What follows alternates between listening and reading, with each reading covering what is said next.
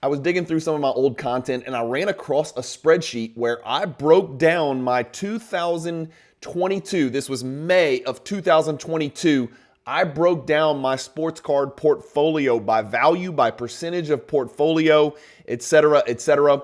I thought it would be interesting to see just how much my collecting habits and my personal collection has changed from 2022 to 2025. Think about how you collect has changed. The things that you cared the most about then, do you still care the most about them now? I would aver and I would hazard a guess that you do not. And I think there's been a lot of changes in the hobby. And as collectors, as investors, we have to adapt accordingly. Today's video will be fun to look back at where my money was in 2022 and where my money / my sports card PC is as of January 2025. Hopefully you guys enjoy the video. This is a very self-centered video, but I think it's a nice exercise that we should often do to kind of keep tabs on what are we collecting? What do we truly care about? What direction are we going? Those who don't know the past are doomed to repeat it. And so it's important to look back and reflect on how we got to where we are and maybe where we're headed in the future. Hopefully you guys enjoy this video. It's going to be some interesting stuff. I don't think you would have guessed that my collection could have transitioned this much over the past 3 years.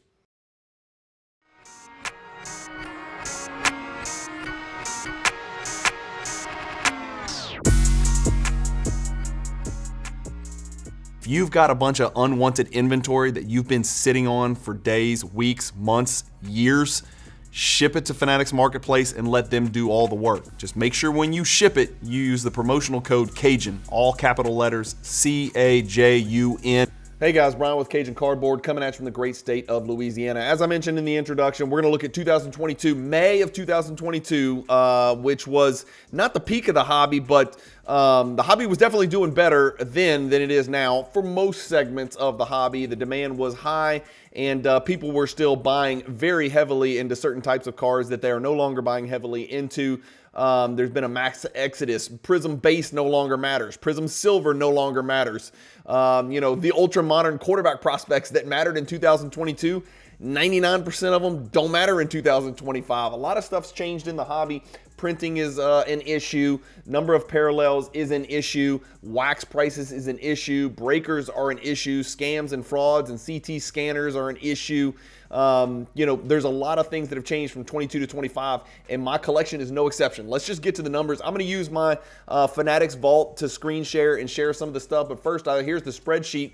We'll look at 2022 first, right? This is Cajun Cardboard portfolio composition. This was the original data that I put together right here, over here on the left for 2022. I've blacked out the numbers because that's not really something I want to share with you guys, total numbers, but we will work with percentages. And that's going to tell enough of a story so you guys kind of know what I've done. I've been working over the last 3 years. Let's just put it that way. I've put in some work in transitioning the constituent parts of my collection, and it is pretty fascinating. If you'll notice, obviously, the biggest component of my collection back in 2022 was Michael Jordan, and it really wasn't close, more than double or right at double the value of my 1986 Fleer sets. In 2022, I had probably half the Michael Jordan cards that I have today as far as quantity. And again, this is not including the 10 or 20,000 Michael Jordan cards I got sitting over here in my office that are raw, that are worth anywhere from $1/4 to $8, right? These are only the cards that are in my Fanatics Vault. Also, I should have mentioned this. These values that I use to determine the percentages, I just went with the Fanatics current market value. They tie into Card Ladder. It's not going to be a perfect science, but it's going to balance out. It's going to be relatively apples to apples. It's not perfect, right? It's just what Card Ladder values each particular card at right now. As you guys know, I'm an affiliate partner with Fanatics Collect. I'm an affiliate partner with Card Ladder. Fanatics Collect now uses the Card Ladder value algorithm to determine the current value of your assets that you're holding in your Fanatics Collect Vault. And it updates very, very regularly, which is a really nice tool to do exercises like the one we're doing today. So Jordan was 43% of my portfolio in 2022. Look at 2025.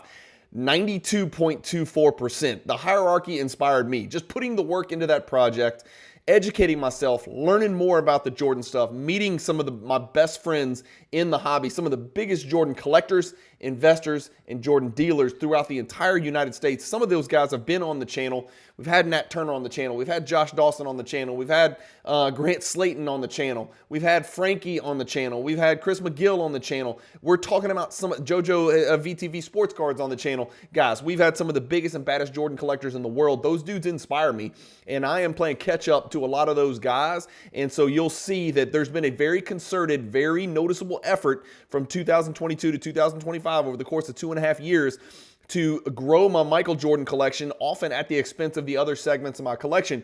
If you'll look, my 1986 Fleer sets, in 2022, I had 3 PSA 8 complete sets with stickers, 2 PSA 9 complete sets with stickers, and 1 PSA 10 complete set with stickers. Yes, I had the PSA 10 set. It seems like a lifetime ago. It was my most prized possession that I've ever had, and it is my #1 achievement in this hobby, was putting that PSA 10 86 Fleer set together. I remember it like it was yesterday, and it does bring tears to my eyes to think that I own 0 1986 Fleer cards right now. And as you know, I don't even own the Jordan 86 Fleer rookie card, and I don't own the Jordan 86 Fleer sticker. I don't own a single graded 86 Fleer card, right? I have a bunch of raw ones here in the office and partial sets and, stuff that I've picked up in collections over the last, 4, 8, 10 years, whatever I've been collecting. But I don't own a single graded 1986 Fleer basketball card in my vault. If you would have told me that in 2022 that I wouldn't own a single one, I would have said, you are bananas. You are freaking crazy. I never would have guessed I would have pivoted in this direction. But I made a conscious decision to convert those 86 Fleer sets into Michael Jordan basketball cards. All right, PMG Reds in 1997, 13.8%. That's about what, 1/7? A little bit more than 1/7 of my collection was in PMG Reds, right? You guys remember I was doing the partial set chase. I can't remember exactly where I was in May of 2022. I definitely wasn't at the peak of PMG Red City, right? Where I think I had over 130 PMG Reds, 99 unique, including duplicates. I think I had 130 PMG Reds. Every single one of those is gone except for one. And now this is where it's going to get a little confusing, because if a card is Michael Jordan, I don't include it in the other segments, okay? So I do own a Michael Jordan red PMG. You'll see I have a 0 for percentage of portfolio PMG Reds and 0 cards. I don't include it in the PMG Red section because it's a Michael Jordan card, so it's included in the Michael Jordan section. I bought it because it has Michael Jordan, not because it was a PMG Red. Does that make sense? So I don't want there to be any confusion on that. LeBron James used to be 6.6% of my collection. Today it is 0.01%, and it's only one card, and I can even show you that card. Here is the card right here. That's it. Now, here it's a little asterisk here. It's another, there's 2 LeBron James cards. This is the other one. The back of this card is LeBron James, but I'm sorry, since Jordan's on the front and since it's Jordan, I'm going to include this in the Jordan category. I own it because of the Jordan, not because of the patch autograph LeBron on the back. It's a pretty cool card, by the way. The 2006 Upper Deck Reflections Mirror. This card's serial number to only 10. Patch auto Jordan on the front, patch auto LeBron on the back. It's a really cool card. But this is the only true LeBron card that I own. You're probably asking, why the hell do you own a $225 2012 Prism LeBron James base? Well, as you guys know, if you follow me on the channel, I collect sets. I am a set collector at heart. And I think I'm at 291 out of 300 for the 2012 base Prism set. LeBron just happens to be, card #1 in that set. And so the reason I own this LeBron James card is because I am trying to put that entire 300 card set together in PSA 10. Okay, so that's my LeBron James collection. It went from 6.6% of my portfolio to 0.01. Really, it's probably closer to 0.00 if you round it. Giannis Antetokounmpo used to be a pretty damn big part of my collection. 3.7%. Today, I only own 7 cards. I used to own hundreds of Giannis Antetokounmpo cards back in 2022. We know that Giannis cards have come down pretty drastically over the last 2.5 years. So that's part of the reason that the percentage has dipped to 0.58. But I've also sold out of some of my necessary Giannis cards to buy more into Jordans. The same thing I did when I sold my PMG Red partial set. The same thing I did when I sold my 86 Fleer sets. The same thing I did when I sold my 86 Fleer PSA 10 Jordans. I'm pushing further into the Jordan inserts and parallels of the 90, and that is where all this money is going. I have not taken any of this money from any of these sales out of the hobby. None, well, a little bit. I built a soccer field in my backyard for my kids, but I've taken a little bit out of the hobby. But all of this has just been a transition of money from A, B, C, and D into MJ, right? So Giannis, same drill. I'll show you my Giannis. There they are. These are the only 7 Giannis cards I have left. And man, at the height, this was probably a $12,000, $15,000 card. Now it's a $3,000 card, according to Card Ladder. I've got the silver, I've got the blue. 9.5 was my number, the red, the purple die cut, serial number to 49, the green color match, which I still love. As you can see, look, Fanatics even has over here. I'm into this card for $8,500. I bought it on Fanatics for $8,500. Today, Card Ladder says it's a $2,200 card. So I've taken a horrific ass whipping on Giannis cards. I've always liked this blue 199 BGS 9.5, and then I've got the red, white, and blue mosaic box, mosaic background right there. So that's it. Those are the 7 Giannis cards that I own, and you can see Giannis went from 3.7 to 0.58%. To this day, that's the fourth highest comprisal, a constituent part of my portfolio. Just those little 7 Giannis cards. That's how heavily consolidated I am into Jordan and a couple other ones, which I'll show you in just a second. Shaquille O'Neal, I own 1 card. It's 0.0% because it's not valuable. You know which card it is. It's the 2012 base Prism, which I'll show you in just, okay, I don't need to show you that one. The one Shaquille O'Neal card, I did have a nice, really good, close to 6-figure Shaquille O'Neal collection. I had a really, really good Shaquille O'Neal collection, and Riverfront Collectibles, my good friend David, ended up buying me out of most of that collection, and the rest of it I sold on Fanatics and on private sales as well. So all I have left is, like the LeBron, the same fate for Shaquille O'Neal, a 2012 Prism base card. Vintage through 1980, I don't own a single one. I used to own some vintage cards. I think I had a Moses Malone rookie. I had some Kareems.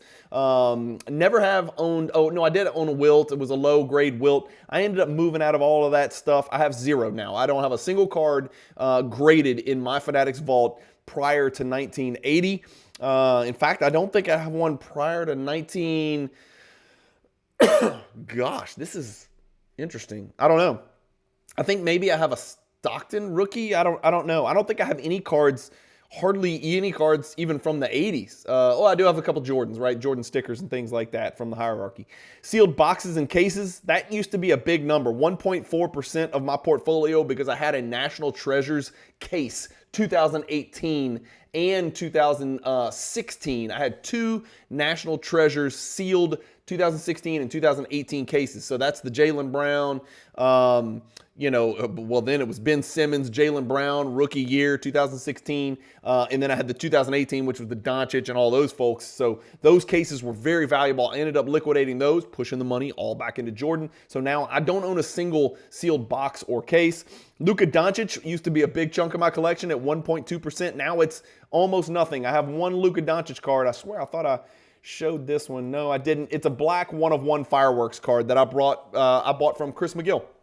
And I'm upside down on that one too, because Doncic's stuff for the most part has gone down as well. So I own just 1 Luka Doncic card, just 1 black fireworks prism insert, 1-of-1. De'Aaron Fox was a big piece of my collection. It was a much bigger piece of my collection. If I'd have looked at 2020, it would have been a huge part of my collection because I was heavily invested into De'Aaron Fox. Buy low, sell high was the plan with him, and that actually worked out really, really well, as it did with a couple of other players, namely Jaylen Brown right below him. I don't own any Fox. I don't own any Jaylen Browns. Dwayne Wade, I own 2. I own the Black Refractor, and the other one is the 2012 base Prism. That's it. So the Black Refractor, I just can't seem to get rid of it. I just feel like the damn card's too undervalued, so I'm still sitting on that Dwayne Wade. If you're interested in the Dwayne Wade Black Refractor BGS 9.5 and you want to pay 5 times what it's worth, reach out to me. I'm your guy, but I just can't move that card. That is a card that I pulled personally from a pack in 2003.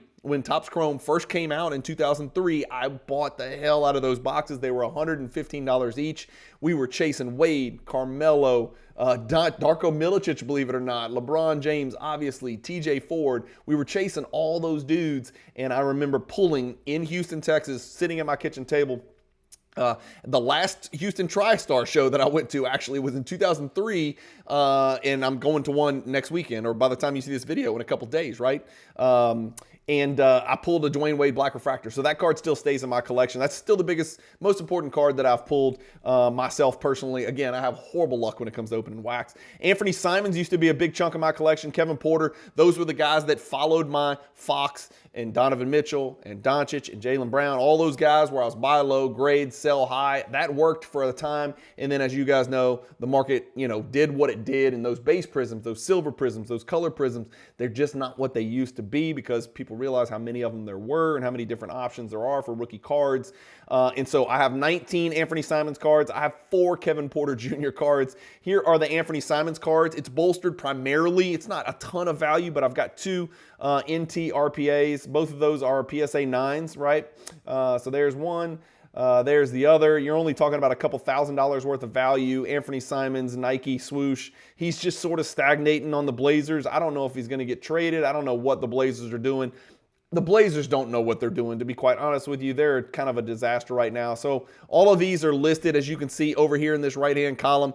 These are all listed buy now, right now on the Fanatics Buy Now marketplace. I'm just not going to get from them what they're worth. I mean, Card Ladder thinks that this rookie, and this is a card, I sold these at $150 a pop, and I had probably 80, 90, 100 of these PSA 10s, no exaggeration, and I was selling them at $125, $150 a pop. I'd bought them for like $5, $10, $12. Graded them. It was a great investment. Now it's a $34 card, and this is one of the ones that I have left over. Here's one that I really do like. This is that Pursuit die cut. I think these are case hits. This is a Pop 2. A lot of people aren't aware, but 2018 status is really cool. And then I have a bunch of silvers. I vividly remember selling these for close to $200 each. These are now $22, $24, $25 cards, something like that. That's insane, right? I was buying them for $3, $4 before anybody knew who he was. That was a really fun, exciting time in the hobby. The Kevin Porter stuff, I just got these 4 left. I did have a flawless Kevin Porter logo man that I sold, and so these are the best of the best that I have left. Card Ladder actually assigns a lot more value to these things than I would think they were. Okay, that's as of May 21. That makes more sense because that's, if I could get $2,000 for that card, sold. I don't think I can. I do have the black 1 of 1 rookie signatures, sensational signatures, and then the gold, and then another nice flawless patch autograph, serial number 25 rookie right there. That's all that's left of my Kevin Porter Jr. stuff. I sold almost all of it. I do have a big box over here of non-rookie stuff where I just got caught holding the bag, literally. And then if we keep going, this is where 1.1%, you'll see that is what it used to be for my other Hall of Famers, modern prospects, etc. That's actually grown, and you'll see 366 cards. Cajun, what the hell are you doing? How many Bill Lambiers and how many Isaiah Thomas cards do you have? How many Caldwell Jones and Robert Parrish and Bird? No. Those are all parts of sets. So these are parts of basketball card sets that I'm collecting that are not Jordan, that are not any of those guys that we just mentioned. So it's just a large accumulation of basketball cards. None of them individually are worth very much, but when you have that many of them, it adds up, right? So just the rest of sets is basically what that is. And then you'll see in 2022, I didn't have any soccer. I didn't have any graded soccer sitting in my Fanatics vault, and now I do, and it's a pretty big chunk. It's a nice collection. It's a good collection. As you guys know, I collect Jude Bellingham, I collect Messi, I collect Ronaldo. That's pretty much where it stops. I am collecting some really cool sets. The 2017 Chrome, Topps Chrome refractor set, I'm sort of nibbling at that, not really. The 2014, let's see. Here's my soccer stuff sorted by value, most important to least important. Of course, number 1 is clearly my Leo Messi PSA 10 gold refractor from 2017 Topps Chrome. I've got a 2014 Prism Messi PSA 10. This is part of a set. This is the big soccer set that I'm collecting. It's the 2014 autograph World Cup signature set there. I think there's 50 cards, if I'm not mistaken. I'm at like 45 out of the 50, something like that. Of course, the Messi is the most valuable. Card Ladder has it at about $5,000 card. I got some big Judes, right? Jude, I got a 2017 blue Messi. There's your Pele from the same set, PSA 10. That's a Pop 4, $1,968 card. Then some big orange Judes, those PSA 10s with the photo variation. I am into Haaland. I am way the hell upside down getting murdered because I bought into him during the soccer hype, during the soccer peak, and Haaland's cards have come drastically down. As you can see, look, here's one, and you're going to see a lot of these. I've got 1, 2, 3, 4, 5, 6, 7, 8 Haaland refractor rookie cards, and this just gives you an idea. I'm into one of these that I bought on Fanatics when I was stacking these for an investment. Wow, this has turned really bad. 4,600, I'm into the card. Today it's worth 1,776. I still think it's a little bit undervalued, but I don't know if I'm ever getting back to 4,600. So I'll be sitting on those for a long time. I like Haaland. I like watching Man City.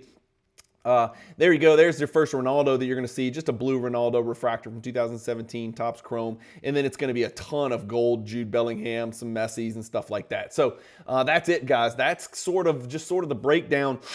Just wanted to show you how much the biggest changes, obviously, from 43% to 92%. As I said, all my money has been transitioned out of 86 Fleer, LeBron, PMG Red partial set, Giannis, my Shaq collection, all of my vintage, all of my sealed wax, all of it, all of the Doncic, all of the Fox, all those guys that I had money sitting in 2022, all of it out, right? If we add up the percentages of all that stuff, look, just these right here, that's 50%. And that's damn near what went into Jordan, because you can see from 43 to 92 is about 50%, about 49%. So all that money went from here to Jordan, and then, of course, into soccer, which I'm having a blast collecting. That's it. Not much else to it. I just wanted to share that with you guys. I think this is a good exercise for you guys to go do. It makes it so easy when you have a Fanatics Collect Vault that does all of the calculations for you. I mean, I've got thousands of cards, and so there's no way I'm going to go in and go to Card Ladder and create a spreadsheet with every single card that's in my vault. Thank God, Fanatics just does it for me. Again, it's not an exact science. Card Ladder's wrong on some of these. Some of them are worth more than Card Ladder says. Some of them are worth less than what Card Ladder says. But all in all, I think it probably balances out. And now that Fanatics Collect is teamed up with Card Ladder to give you fair market value of all of the cards in your collection, high or low, from $5 to $5 million, right? Not that I have any like that.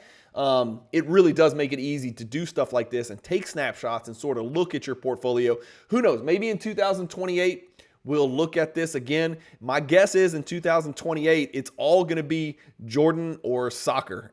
Or, you know, I might not even have any of these sets left. Who knows? I am pushing pretty heavily into Jordan. I know people talk about diversification, but this is one of those rare exceptions where I am anti-diversifying, right? Because I'm putting all my eggs in one basket, but I'm also hedging risk. It's weird. It's like I'm consolidating into Jordan, but I feel like it's less risk than when I was diversified. Let me know what you think about that. Is this a dumb move to put all my eggs in the Jordan basket? Not all, but 92.24% of them. The soccer stuff is being collected for fun. The set collecting is just for fun. The rest of the money goes into Jordan. And again, the Jordan stuff is collecting for fun as well. But from an investor perspective, I mean, you're naive if you don't think we're all looking at the numbers. We got to look at the numbers, whether you're a collector or investor. You know, I feel better today in 2025 with where my money is than I did in 2022. From a purely objective investor standpoint, I feel much better about the 92% of my portfolio being in Jordan than 43% and then the rest scattered. Let me know what you think. I don't know. Maybe this is the wrong move, but this is the move that I felt compelled to make. And this is a move that if you watch the channel and you subscribe, you will have seen it. You will have seen all my mail days. It should not be a surprise. I mean, obviously, I've compiled 3 years of mail days, basically, and I have not showed you every single card that I've sold, but I've sold a ton of them on Fanatics Collect. By the way, if you're going to sell on Fanatics Collect, and you want to transition your collection like this, please consider using the promo code Cajun, all capital letters, C-A-J-U-N, when you do decide to sell on the Fanatics Collect website. If you want to make sure you get your price, put it on the Fanatics Collect Buy It Now marketplace. Put it for whatever you think it's worth. If it sells, it sells. If it doesn't, it doesn't. No risk there. But if you're looking to move and make moves and get stuff done quickly, put it in the Fanatics Collect weekly or premier auction. Just don't forget to use the promo code Cajun at the checkout screen. There's a little field there. You type in Cajun, all capital letters. You get a green check mark so you know you're supporting the Cajun Cardboard channel. And now's a great time to thank all the people out there that have used the Cajun promo code. It is my primary method of compensation, right? YouTube pays me a few pennies. I've got some other affiliate partnerships, which are great affiliate partners and I have a great relationship with them. But my primary method of compensation are you find folks out there who support the channel and watch the channel and use the promo code Cajun when they sell their cards on Fanatics Collect. I do have an affiliate buyer's link as well in the description to this and every video I ever do. If you buy on Fanatics Collect, please consider copy and pasting that affiliate link into your web browser and purchasing under the Cajun umbrella. It really does help support the channel as well. That's it. Enough paying bills, enough of a sales pitch. That's my transition. Let me know what you think in the comments, good or bad. Just let me have it, right? Thank you guys as always for watching. Keep collecting, stay positive in the hobby. Peace.